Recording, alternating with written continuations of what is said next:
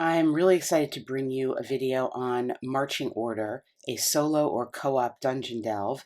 This is the Mud and Blood edition published by Crumbling Keep. And this game comes with 2 books and a deck of cards, and it is basically like a sort of pre-programmed dungeon delve, choose your own adventure kind of thing. The spoiler material is in this volume, and in order for me to present the game to you and show you the meat of the game, I'm going to have to do some light spoilers. However, being mindful of that, I'll tell you that if you're watching the portion of the video with this black background, there's no spoilers in this discussion. If there's going to be spoilers, you're going to see a dungeon delve background. In marching order, well, first of all, here are the credits to the game, and I thank the publisher for sending me a copy of this game.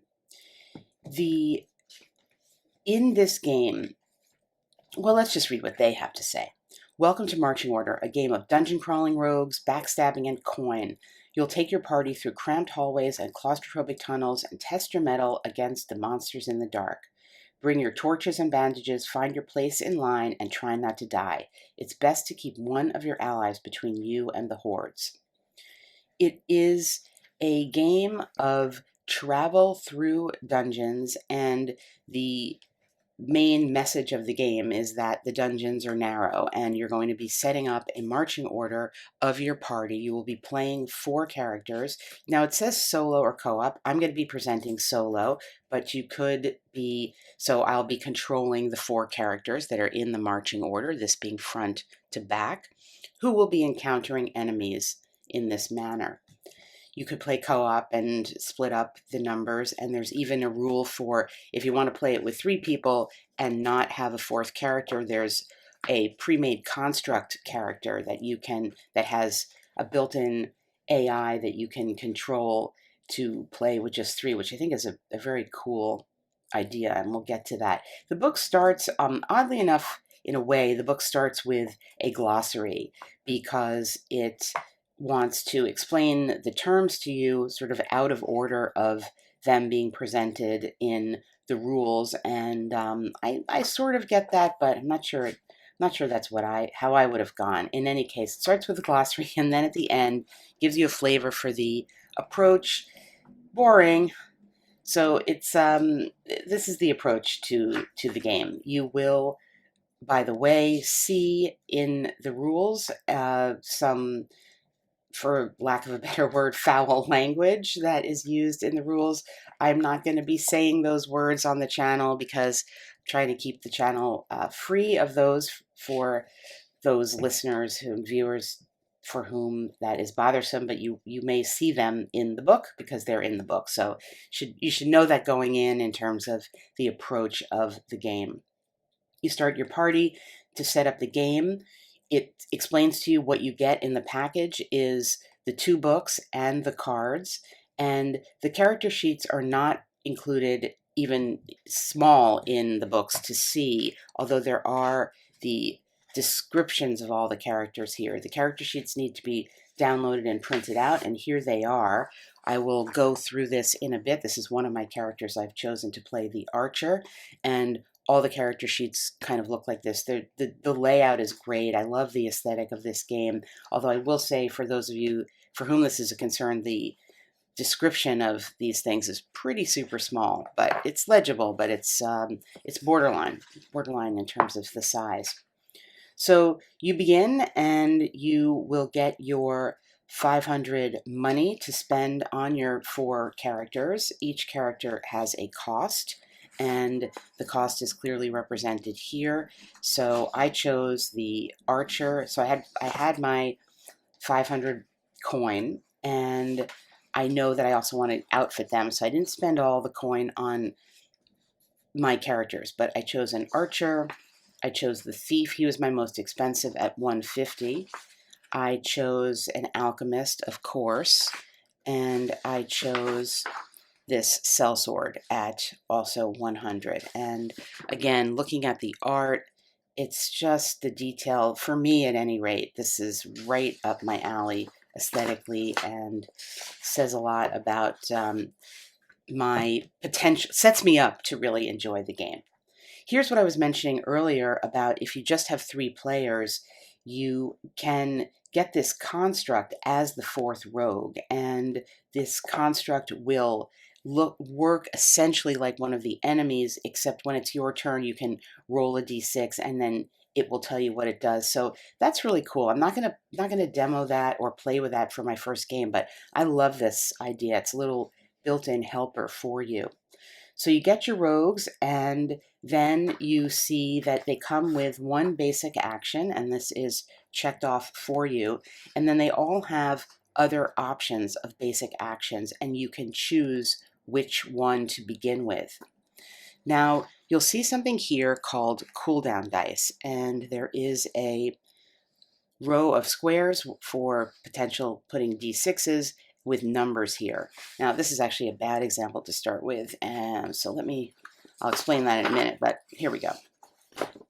So my thief, for example, his basic action is that he can target one creature in the last 2 positions of the enemy's marching order and make an attack. So to set up a combat scenario, again, we're talking about marching order here in very narrow spaces. We will be setting up like this, and then the enemies. So this is just an example. This is the battle line here between my party, which would go off to the side that you can't see, and the enemies here, which may also go off to the side that you can't see. So in the thief's case here, it says he can target one creature in the last 2 positions of the enemy's marching order and make an attack, regardless of where he is in the marching order. So that's his basic ability. And then I got to choose one other ability. These numbers here represent something called a cooldown dice. And what this means is that after you use the ability, you need to set a die to a number. You cannot use that ability again until you count down number of turns or rounds and then remove the die, and then it's available again.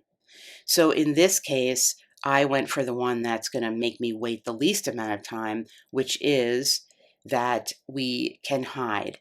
And the condition hidden will then last for 2 rounds. And the back of the book lists all the conditions here. So in the case of hidden, it says the creature, and in that case, this is us. The word creature is used here in a sort of possibly confusing manner, but it means us as well as the enemy. But in this case, us.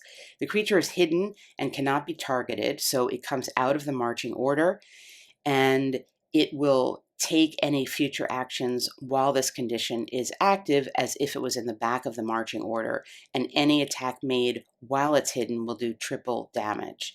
So it means basically that for 2 rounds, this thief can do triple damage. He'll be in the back of the marching order, which means he may or may not be able to be targeted depending on the enemy.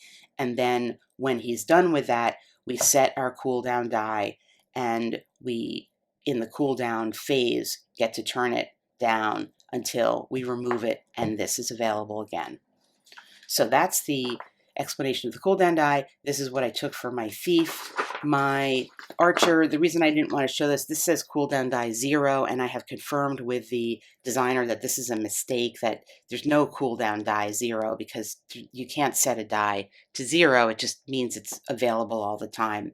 And what she can do all the time is to throw stones. So her basic attack is she can target a creature 5 to 6 spaces away from her, and then she also can target a creature 2 to 4 spaces away from her, but that's only half the damage because she's basically just throwing stones. Now, the rogues have traits, and they have positive traits, which are called qualities, and they have negative traits, which are called flaws. You don't get to choose that. You roll a d6, and then what you get is what you get, and you note that down on your character sheet. So for the archer here with the throwing stones, our positive quality is that our next action can target one additional creature that is adjacent to the original target. She had a great shot. So basically, she can sort of spread out. I think that would mean she could sort of spread out her attack. And her flaw is that she is going to gain the condition hungover. And let's see what hungover exactly means. I can't remember. Hungover is anytime you take an action, roll 2 dice instead of 1, taking the worst result. So unfortunately, she could potentially show up hungover for 2 turns or 2. These have numbers, as you see, and in this sequence of play, which we'll get to, there's a point at which you roll the BS die, and if it comes up with either of these numbers, 3 or 4 in my case, I have to take these. I get to take the action, that's the positive quality, or I have to take the action, that's the flaw. And if you, potentially, I suppose, if you ended up rolling the same number, I'm not sure that I did because these are random, you would do both at the same time in that phase of the game. The final thing on making the characters is the equipment that you can purchase, and I see she didn't get any. So the coin that you have in the game is you, the players, and you can disperse it however you want to the characters. And there is Rot Bottom is the town here, and in Rot Bottom there's a bunch of stuff you can do, which we will talk about later in the game, or later in the video, excuse me. I'm going to skip over this for right now to get to the general store. I did not have a lot of, I only had 50 coin left, and being mindful of something said in the rules, I spend 15 of it on getting 3 torches, which are good for 4 uses each. And I picked up an anti-venom potion, which was going to remove a poison condition. I got 1 bandage, and I think I got something else. Oh, and I got some holy water. So I don't know if that was the right thing to do or not, but that is it for the outfitting your rogue. And the next portion of the book is telling you how to read the delve entry. So as mentioned, this book is full of different adventures and entries that you'll be moving through and making choices about. So we have the keyed letter of the entry. We have a description of whatever it is. We have something that you need to do. So in this case, we're going to be expending some of our torches. We're instructed we have to mark 1 box off on the torch, and that's a mandatory thing to do.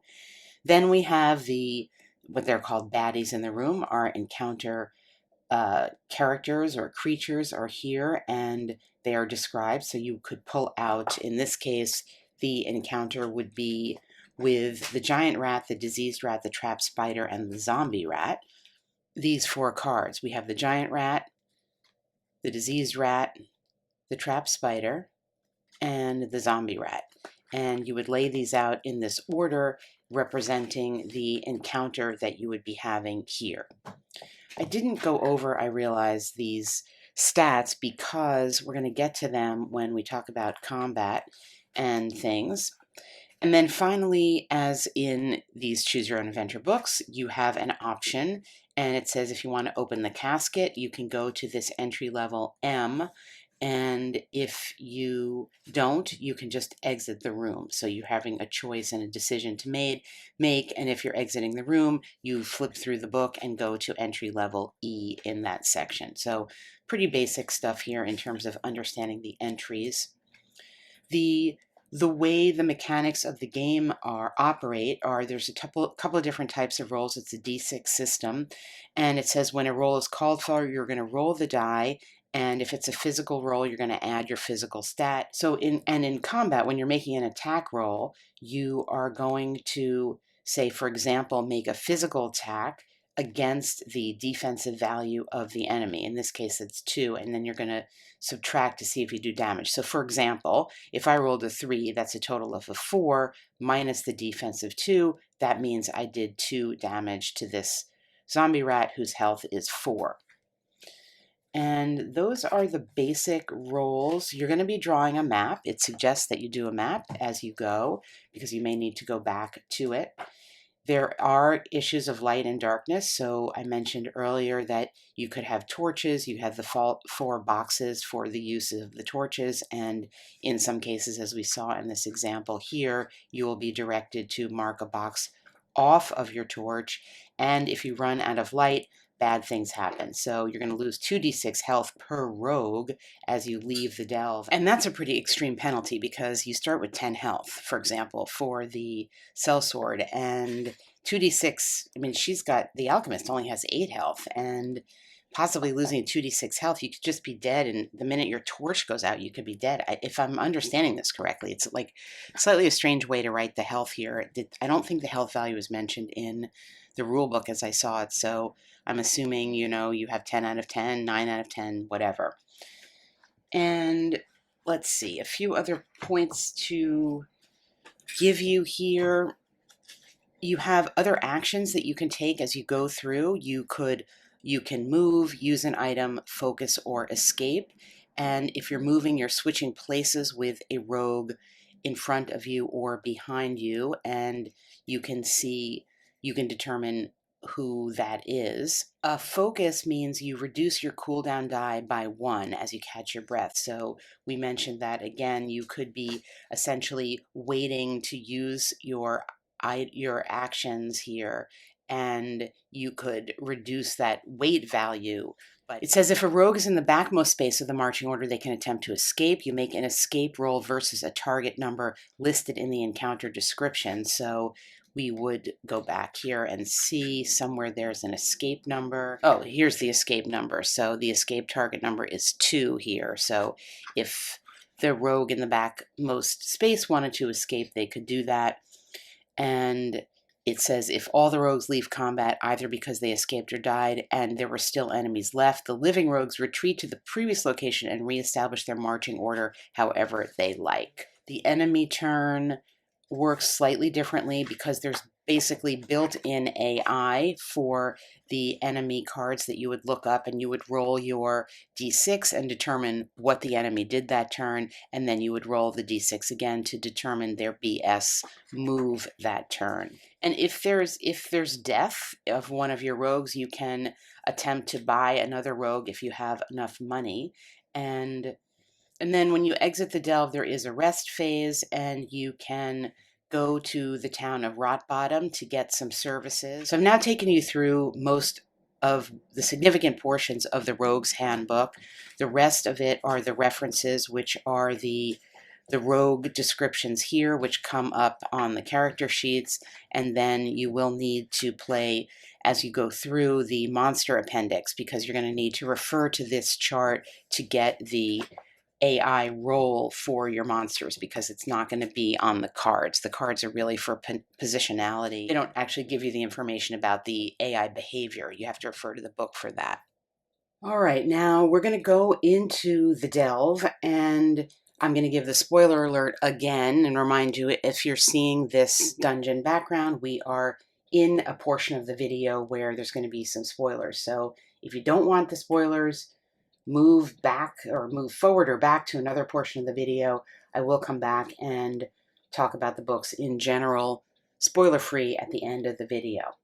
So here we are. I've decided this is going to be my marching order, and I've done this based on, some of it was obvious, like putting my archer last because she has the biggest range, so she can target creatures 2 to 4 spaces away. Well, you know what? I don't know if that's the biggest range, because 2 to 4 spaces, 1, 2, 3, 4, might have to move her here, in fact, to give her further reach. I don't know. I haven't played this game before. This is just a kind of blind, I'm not doing a playthrough on the video, but a blind setup, and we're going to do like a turn or something. Then I've got my thief here, and he's just got a basic attack. He can target one creature, in the last 2 positions of the enemy's marching order, because he can hide. So the thief's actually going to go in my last position. That's better, because he'll be able to have the furthest reach no matter what. And then my alchemist, let's see, she's got the middle of the marching order.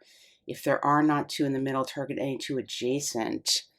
So that was the alchemist. I'm confused. So the alchemist is good here, I think.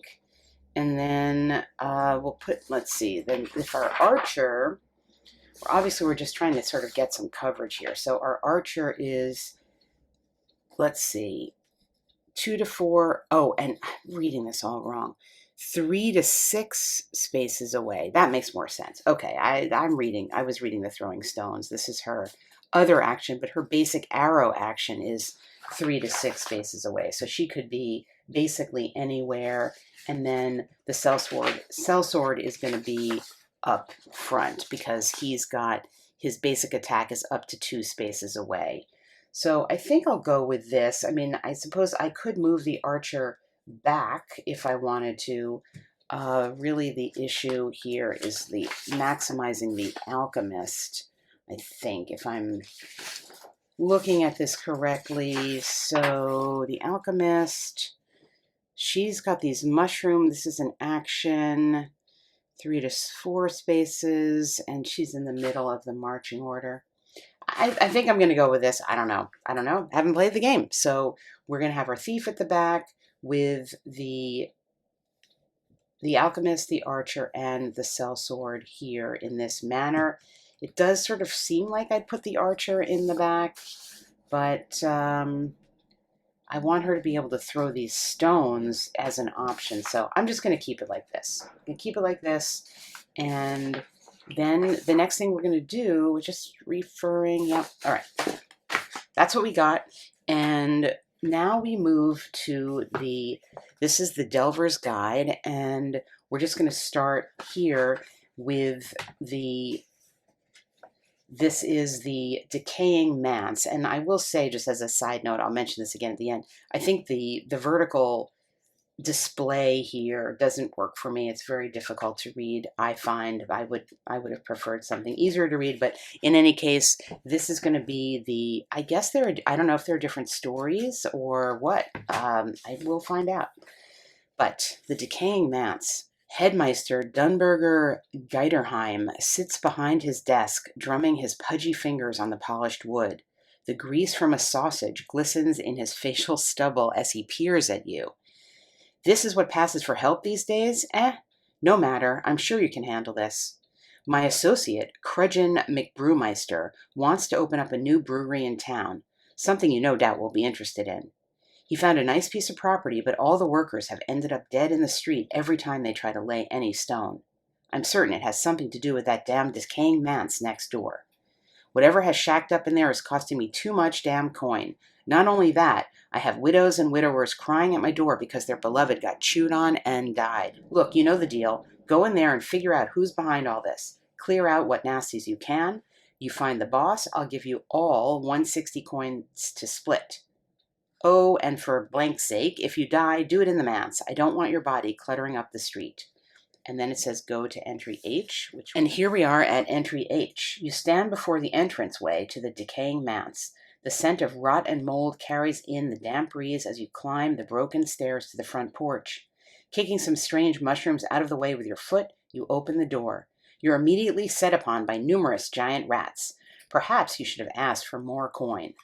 So the encounter here is just 4 giant rats. The encounter leaving number is 1. We're obviously not going to leave because we just started. And I guess we entered here. I guess this is the beginning. Let's see. Did it say? It didn't really say, but I'm going to guess this is the beginning here as opposed to the pier. Unclear to me at least, but we're here, and the setup, of course, is slightly different than I was expecting, so it's actually going to be this. Either way, I'm realizing it's a little hard to film for me with my setup to get everything on here, but so we're going to be coming in this way, and we're going to be encountering 4 giant rats. And here's a look at the giant rat card. It has a magic value of 0, a resolve, I think that is, of 0, physical -1, health of 3, defensive 1, and there are indeed 4 available cards for that. So we're going to have some combat here, and I think for the purposes of this filming, I'm going to have to sort of set it up the other way. So the way this is going to work is we got our 4 rats here, and per the rules, we're going to roll 2d6. I actually didn't get my d6s ready to go. The rats are going to be black, we're going to be blue, and whoever rolls... Okay, I think we just have to re-roll in that case. Whoever rolls higher goes first. So the rats are going to go first. So for the rats going first, I believe what we are meant to do is to find them in the book here. All right, well, I'll say at the outset, this is confusing because these are not alphabetically listed, so I'm not sure why that's the case, but in any event, here's the giant rats. We're going to do our first d6 roll to see what they do. Toothy boys, targets an adjacent rogue. Make a physical attack roll versus defense. If no rogues are adjacent, the giant rat switches places with the ally in front of it. So I believe that all of the rats will act in this manner. So essentially it's cycling through, I think.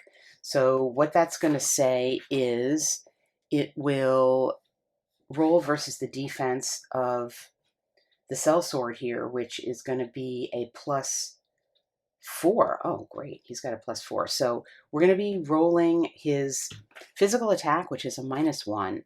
So basically, he rolled a 6. So he actually rolled a 5 versus a defense of 4. So the sellsword's going to get 1 wound from that attack. So pretty quickly, we are losing some health here. So we're down to 9 health. And as I'm understanding it, let's see, if no rogues are adjacent, the rat switches place with the ally in front of it. So in essence, what happens is once we have gone, we're going to turn the card over, and this rat's going to come forward and do the same thing to this guy because we're not moving at this point. So here we rolled a 4, and 4 minus 1 is 3. He's got a defensive 4, so nothing happens. So he's gone in a sense. They're moving forward. And this guy rolls a 5. That's a 4. That's not an attack. Or I should say that's not any damage. And then finally, the last rat coming forward. Whoops, well, he didn't do his attack yet. Last rat coming forward, no. So we got 1 wound here, and I believe that is that. And then, let's see, I think we now roll their BS die. Yep, that's correct. So let's see, this is now their BS die is a 1. And, oh, the giant rat dies.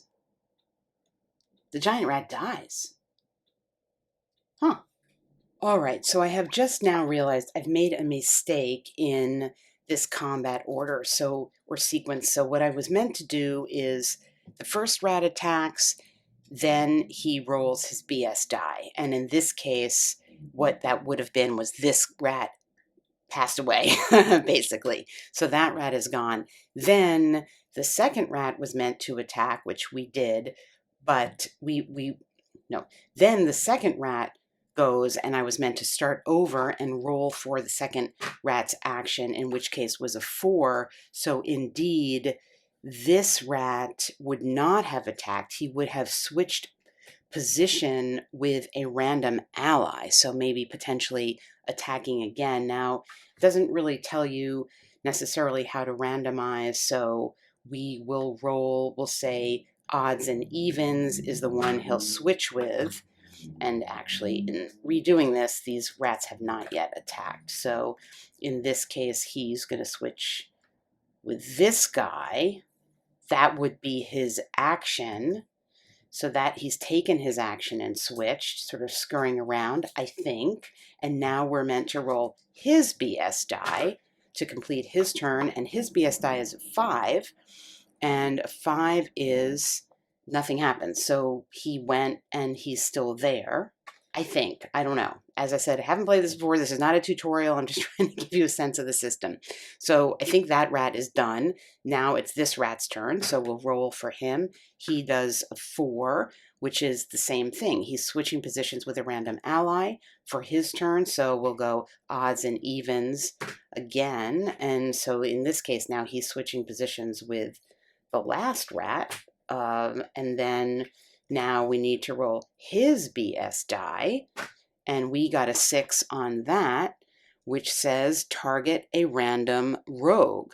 It moves so fast. Target a random rogue. Make a physical attack versus their defense. even if the giant rat couldn't normally target them. So the random rogues are here, and we will roll. I guess we're going to get a d4. We'll go 1, 2, 3, 4. If I can quickly get a d4 somewhere. Oh, here we go. Ah, and it's the same color. Nice. All right. So 1, 2, 3, 4 is going to be the target of this attack. So the random attack will be on my thief, who's in position 4, from this. Now I've lost track of which rat. Is it this rat? Well, I'll have to fix that in editing if it's not, but this rat is going to be attacking this thief. The thief's defense back here is a 2. So we're going to see what he can do, and he's going to do some damage. So he's got a 6, minus 1 is 5, and 5, the thief only has the 2 defense, so the thief is going to get 3 wounds here. So we'll mark that. Well, I'll mark that later on. So the thief's going to get 3 wounds, and now I'm going to roll the BS die for this guy, which is a 5, and so there isn't anything. So he has gone. So I believe what, now I've done this correctly, is this leaves us with 3 giant rats, 1 left, and our thief has been wounded. So I think I've corrected this combat. If I have done this incorrectly, I apologize, but it's probably enough to get a sense of what's going on.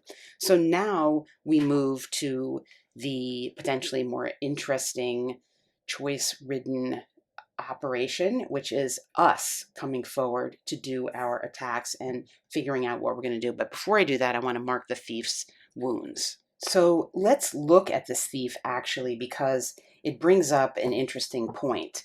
The thief only had 7 health to start with. So now the thief is down to 4. I just started this game.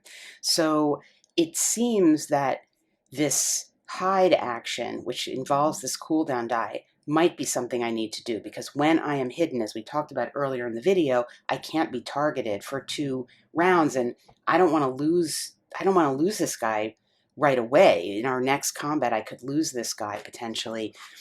Looking here at back to the marching order rogues handbook, it says that it tells us the actions we can take. We can move, use an item, focus, or escape.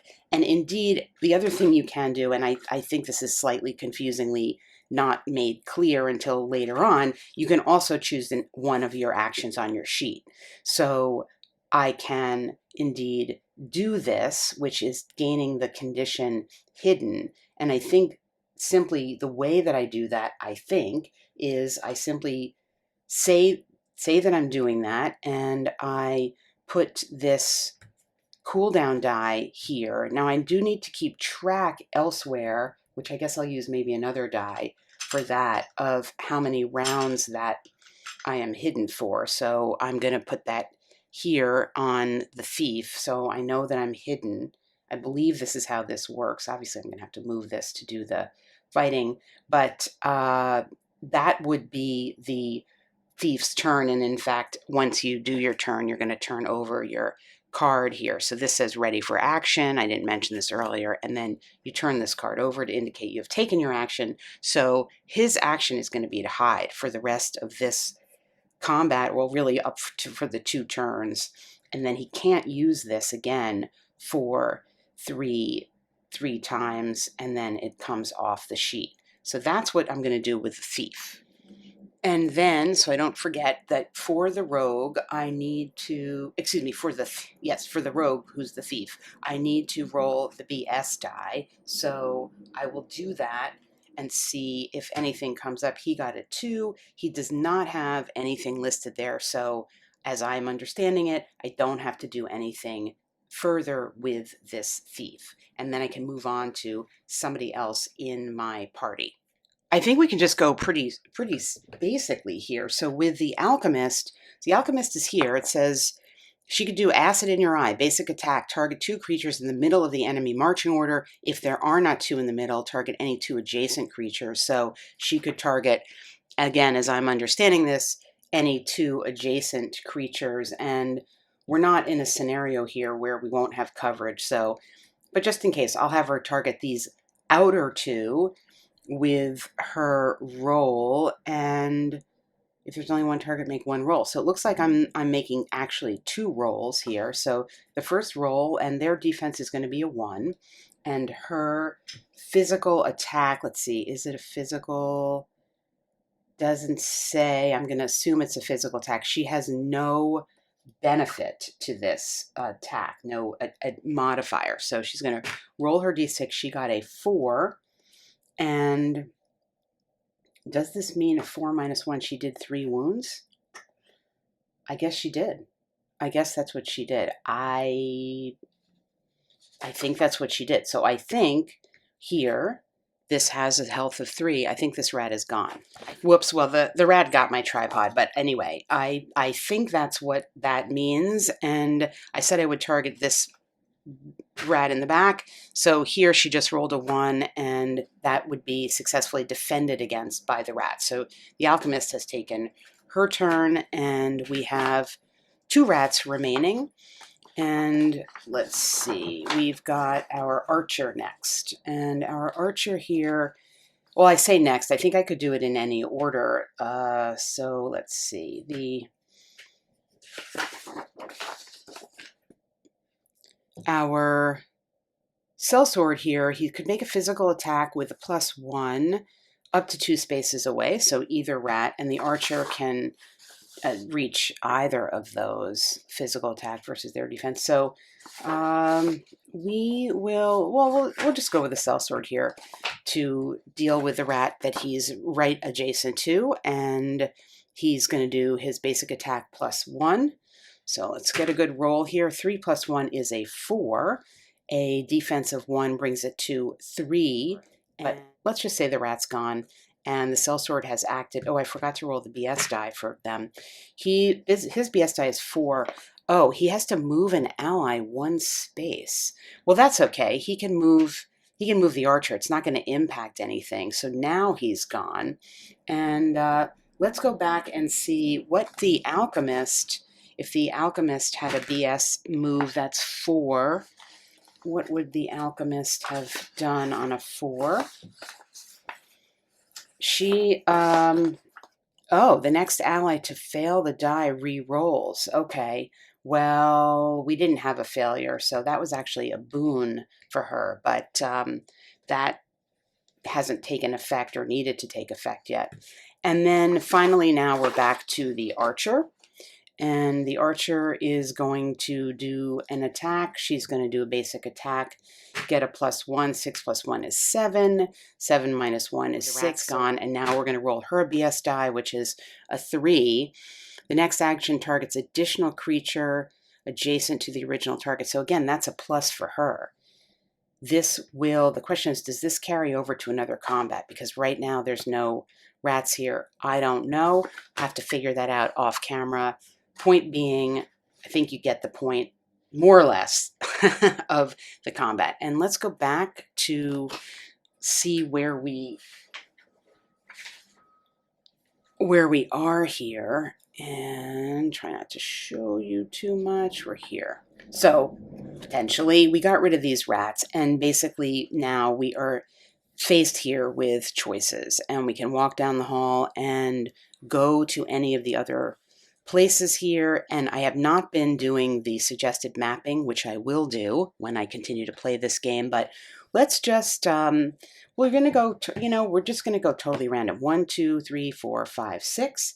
Let's see where we're gonna go, and we'll just take a look at that entry together too. So we're gonna go to B, entry B, and let's see what entry B is. This room is full of cobwebs, and they cling to your skin as you attempt to walk in. You could burn them away if you wanted to sacrifice a torch. Well, we know that torches are precious in this game because we know what type of damage we could get when we are out of light. And I think I took 3 torches, so I did take 3 torches. I don't have the 4th character sheet, so I've got torches to spare. I don't know. Will I do that? If I sacrifice a torch, I can go to BB, or I can exit and go back to H. I'm going to leave you there. I'm going to leave you with my decision because I don't want to give too much away, but I'm going to figure out what to do and see how risky I want to go. All right, we're back spoiler free now for my discussion here, and I'll just say I love this. I love this. I made the combat a little bit more confusing, I think, than it would be mechanically, because basically you're rolling your attack, you're rolling your BS per character, per creature, and moving forward. What does get complicated, and I only showed you the first, just to try to keep this very minimally spoiler free, I only showed you the very first encounter, which, as we know, is going to be pretty basic. The What starts to happen with the BS die and with the cooldown conditions is there's going to be a lot to remember about the status of your party. So if somebody, for example, is in hiding, a thief, you're going to need to carry that over into the next combat, the next encounter, and remember that. If you are moving characters around and you get a flaw and you are prepping, you're prepping your sellsword to do a big attack at the end, but the sellsword can really only reach the next adjacent creature, and then the archer rolls a BS die and moves the sellsword and has to move the sellsword back. This is simulating, chaos, I guess, and your plan did not work out. So that is going to complicate the combat and throw in a level of randomness that will simulate confusion, etc. The points that we didn't get to, because I don't want to show you too much of the game, are there's other types of values that you have that are going to come into play as you play through the story. A tinker value, an aware value, escape, luck, resolve, and magic. There's going to be a lot that you can develop and do. And I left you on a little bit of a cliffhanger in the playthrough section just to show you the tip of the iceberg of what is offered in the story in the book. And I think as I said, at some point in the video, generally speaking, I've always wanted to like choose your own adventure types of games more than I have for the most part until recently, where people like these designers and some other games are really taking that mechanic to a level where you get involved in the story and it doesn't just feel like you're paging through to get to the next thing, and you have some choices, you have some decisions to make in terms of where you go, what you do. You saw a couple of decisions I had to make in terms of not only just going somewhere, but doing something. And that was just in the very, very early stage of the game. So Marching Order is a solo or co-op dungeon delve. It is great. I don't know what else to say. Loving it. Can't wait to continue to play it. I really recommend it if you are intrigued by what I've presented here. I think I've given a very light touch to the game itself, not wanting to provide you with spoilers, but hopefully enough of a sense of what is offered here from Crumbling Keep to get you involved in this marching order game. And as always, thanks for watching.